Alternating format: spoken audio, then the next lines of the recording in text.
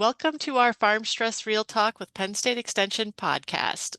This is Amber from our Penn State Farm Stress Extension team, and we are on Series 5 of our podcast. So, for this series, our podcast team will be focusing more on a huge, uncontrollable variable for farming families, the weather. We have been talking with individuals from all areas pertaining to weather, from forecasters to emergency response teams, to learn more about what resources and information is available for weather-related disasters. While weather is certainly impactful for all farming families, there have been some recent weather extremes within the state of Pennsylvania. In the last 6 months, there has been substantial flooding in the northeast region of the state, centered in Tioga County, that has made national news. And within the past month, conditions have been dry enough to spark brush fires throughout the state. While it's impossible to control the weather, the Farm Stress team focuses primarily on how to access resources to help farm families cope with weather-related losses. Today, I am joined by Bob Smerbeck from Accuweather.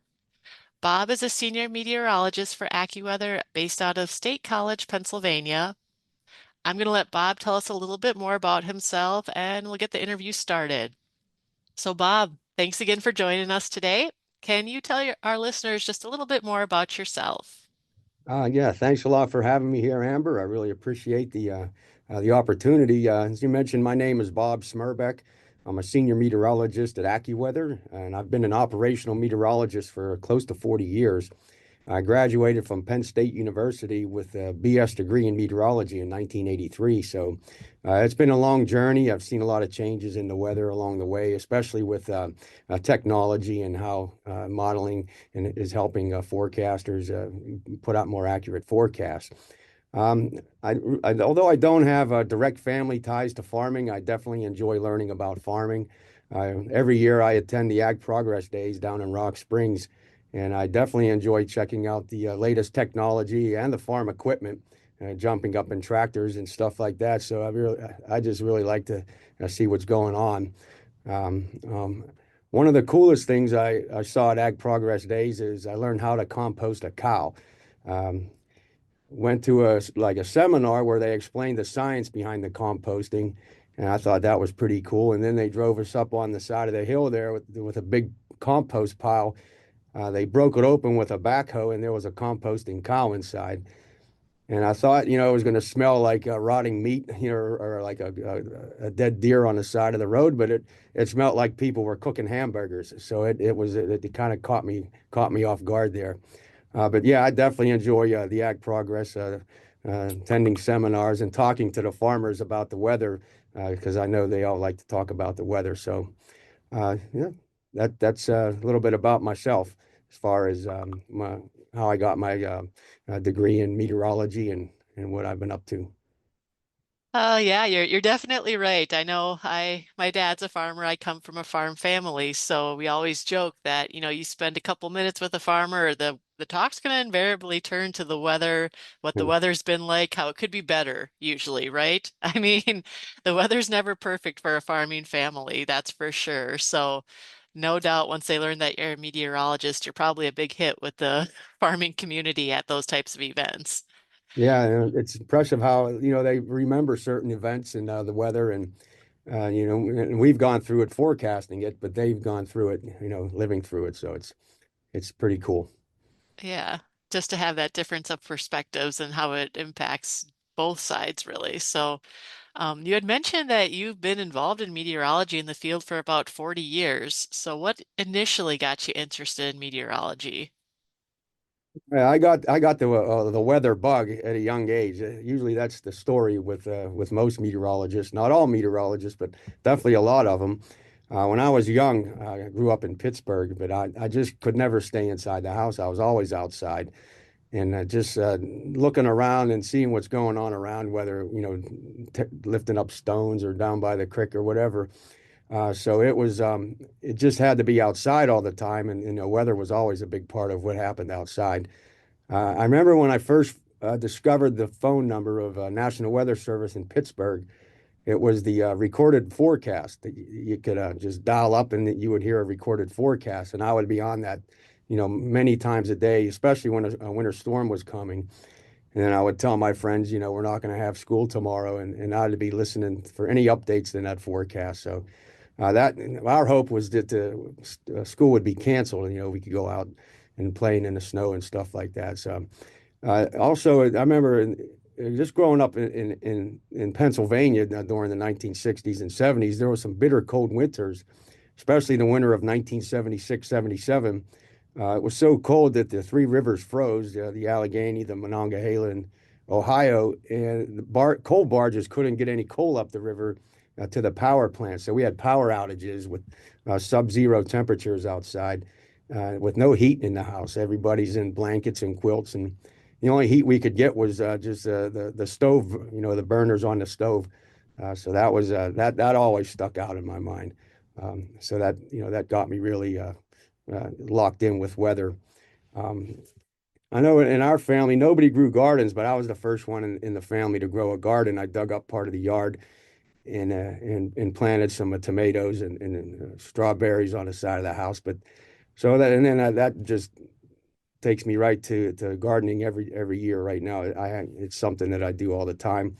Growing vegetables and canning vegetables, is something I like to do every year.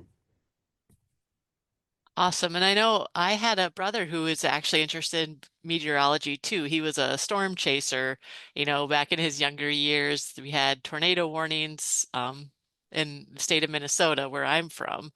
And he'd go out there and he would be, trying to spot storms. He became a storm spotter with training, but then he Yeah. was gung-ho about getting into meteorology once he got into college. But man, there's a lot of training that's needed. So will you provide a little information on what kind of training do you actually need officially to become a meteorologist? That might be enlightening. Yeah, it's a pretty intense training. You have to have calculus and physics and differential equations. The way the atmosphere works, it's a fluid that flows around and mixes together and rips apart, and so you try to understand it as much as possible with mathematical equations. Uh, Now, as operational forecaster, we don't so much use the equations, but a lot of it's based on pattern recognition and modeling and experience. You've seen a lot of patterns before, so that's yeah. It was a pretty intense training as far as this math and the science and even in chemistry as well. But also you got to be able to communicate too. So if you're going to be an operational meteorologist, or if you're going to be on TV or on the radio or doing interviews, it's good to be able to communicate some complicated things like the weather. You try to communicate it to folks. So communication is also important as far as being an operational meteorologist. Yeah, all good to know. Just for background, if we have any young listeners out there looking to get into the field of meteorology, it's not as easy of a street as you think it is if you're looking to get into it, that's for sure. So we'll get a little bit more into the meat and potatoes of today's interview. So, as an organization, what kind of services does AccuWeather offer farm families? Do they have any sort of services or resources that might help those farm families if they're affected by weather disasters? Tell us more. Well, one of the main things AccuWeather offers is just our weather forecast to be utilized. Short term, day to day, we even offer minute by minute forecast, hour by hour, day to day, week to week, even out monthly forecast. It can be easily accessible on the AccuWeather.com site. So one of my roles here at AccuWeather is being part of the long range forecasting team, where we do forecast weeks out, even months out in advance.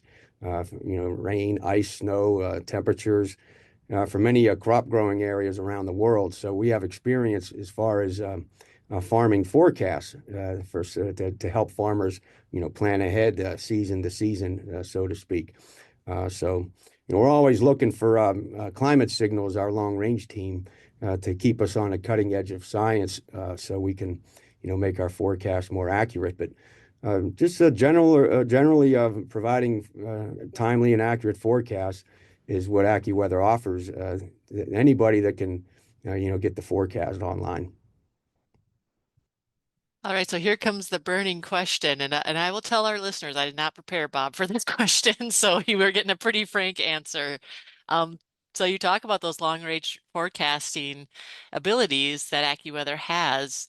When you look at those resources, the one that's most well probably known in the farming community is a Farmer's Almanac. Um, how much science, how much science, how much real evidence is put into that? Does AccuWeather, those long range forecasting abilities, does it have anything to do with that? I'm curious. Well, I mean, there's all kind of signals that we're always looking for. You have the solar signals, you know, the sun activity, whether sunspots are going through a peak or a minimum. That has some impact on what happens to the polar vortex. We look at sea surface temperatures are very important, especially across the Pacific Ocean and the Atlantic.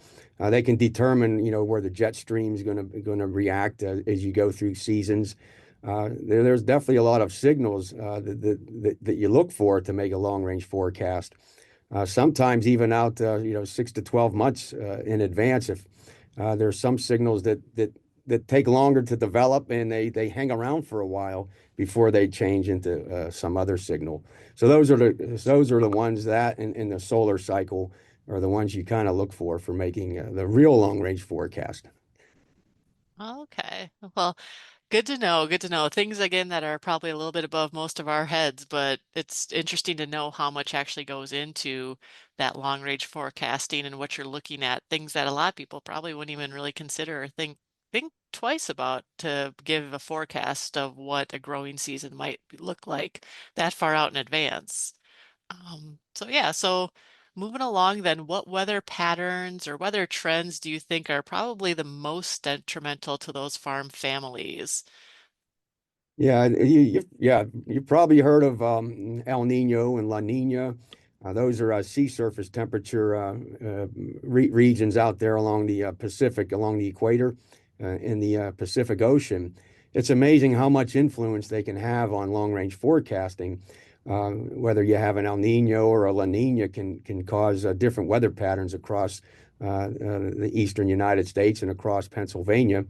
And some of those can be detrimental to farming as well. La Nina, for instance, it tends to produce below average snowfall across a good chunk of Pennsylvania. There's some areas maybe in the west or up in the far northern part of the state that may do a little better on snow. But other areas, especially from central and southeastern Pennsylvania, can be in a snow drought, so to speak, during and La Nina. And that snowfall is very important to get. If you can get that consistent snowfall in the winter, it's that moisture more slowly absorbs into the ground, you know, for the groundwater, as opposed to rainfall. If the storms are mostly producing rain and the ground is cold, that rain doesn't soak into the cold ground or even frozen ground. It can just run right off. So La Nina can have impacts as far as how much snow falls across Pennsylvania during the winter time, and also it tends to cause a little drier patterns during the summer. And so if you have the combination of low snowfall during the winter and a drier summer, you know, that can cause impacts to your crop yield. So that's one condition, you know, that we keep an eye on. And there's been some noticeable trends across Pennsylvania. Overall, summers in Pennsylvania, especially in central Pennsylvania here, have trended warmer since the early 2000s. That's the warming part can be good for crop development, but you have to balance that with precipitation. And precipitation in July and into early August has been very up and down and erratic since about the year 2000. So it could be one extreme to the other. Sometimes it's too dry or just too wet. So that's somewhat of a trend that we've noticed here across Pennsylvania. Another example is with global warming, uh, the oceans there's more evaporation from the oceans, which is putting more water vapor into the atmosphere. And some of these typical rain events, like you know, you get a little round of a couple of thunderstorms in the summer, you might get a half inch to an inch of rain, and now you're getting 1 to 3 inches of rain, you know, in an hour's time, and that can cause some erosion issues. And so these short-lived high rain events are increasing with increasing water vapor due to climate change and global warming. So those are things you really got to keep an eye on. I just tell a lot of people, if it's raining real hard and an hour later it's raining, still raining real hard, and even an hour later, it's still raining real hard. Something bad's going to happen. You got to be thinking to yourself, okay, if water starts coming up, how am I going to get to higher ground? And when those things happen, they can happen quickly, especially in Pennsylvania with the terrain where you have hills and ridges and stuff like that that can really cause the water to drain down and converge into zones. So definitely the intense rainfall events are increasing. So you really have to be aware of the rainfall. You have to be looking at your radar, listening for warnings. Another situation we've seen is what we call a flash drought. Uh, when we start getting into the warm season, the jet stream can become very wavy at times, where it lifts north of your area and gets stuck there for a week or so, and the heat just builds and the relative humidity is low, and you can really have a negative impact on crops. It can dry the crops out to soil moisture very quickly. And sometimes it can even get hot enough if it's at that, in the warm season, that, the plants can actually die. So those are some things, some trends we're looking at here, and that they definitely can be detrimental to farming. Certainly, I know as you were talking there, even about the La Nina and the winters that brings about or can bring about, it's such a fine balance, you know. I'm thinking of the times where we've had so much snowfall that it's resulted in springtime flooding when it all melts quickly. But then on the flip side, that when we've had some of these drier winters, again, thinking back to my dad and my farm back in Minnesota, our farm back in Minnesota, having that drier ground in the springtime is tough too to get plants planted and get, Yep. everything in. So it's just such a fine balance that, it's a tightrope for a lot of farm families to really try to strike that balance. And really, it's just they don't have control over it. So it's just almost a live and let go. And again, just try to cope with whatever the weather ends up giving you at any given time. So, you did give us some advice already when it comes to intense flash flooding and intense rainfalls. Any other advice or resources specifically for those farm families to help them kind of prepare, or anything else you want to add in for advice? Yeah, there's some things you can do. You can plant cover crops. That especially that those are important for those intense rainfalls where they can intercept that rain coming down and maybe distribute it a little slower into the soil instead of it just pouring down and on bare ground and just eroding, driving erosion up. And another thing that the cover crops can break those heavy raindrops. They come down and splash the soil up. You can get erosion that way, or you can even splash these fungus and bacteria up higher up on the plant, and that can cause disease. So cover crops are one way to reduce against those intense rainfalls. Even leaving behind some crop residue, the lower stalks of corn after the harvest. What that does is it protects the water in the ground. It doesn't let that water evaporate into the atmosphere as quickly. So that's one way to try to keep the moisture in the ground. One thing about in Pennsylvania here, I did a little research. Over the past 30 years, strong winds from thunderstorms have been increasing across Pennsylvania. And especially in the last 10 years, there's been an increase in winds with over 65 miles an hour with thunderstorms. You can imagine you're having more water vapor. The summers are getting warmer. Also, they're becoming more humid. And that's fuel for thunderstorms. So thunderstorms can grow higher up in the atmosphere, and they can dump heavy amounts of rain. And along with that, you get these blasts of wind. There's been the increase in wind damage, especially winds higher than 65 miles per hour. So one way you can protect against that is planting breaks for that wind, like rows of trees and shrubs. And generally upstream or up, the upwind area of prevailing wind. that can lessen the impact of some of these wind blasts that come down from some of these thunderstorms. So that's those are some ways you can help protect against some of these changes that are going on over the last few decades or so. Good information, good advice. And again, with wind speed picking up, like you had mentioned in the past 30 years, it's those kind of trends that are interesting to note and try to figure out how to prevent additional damages.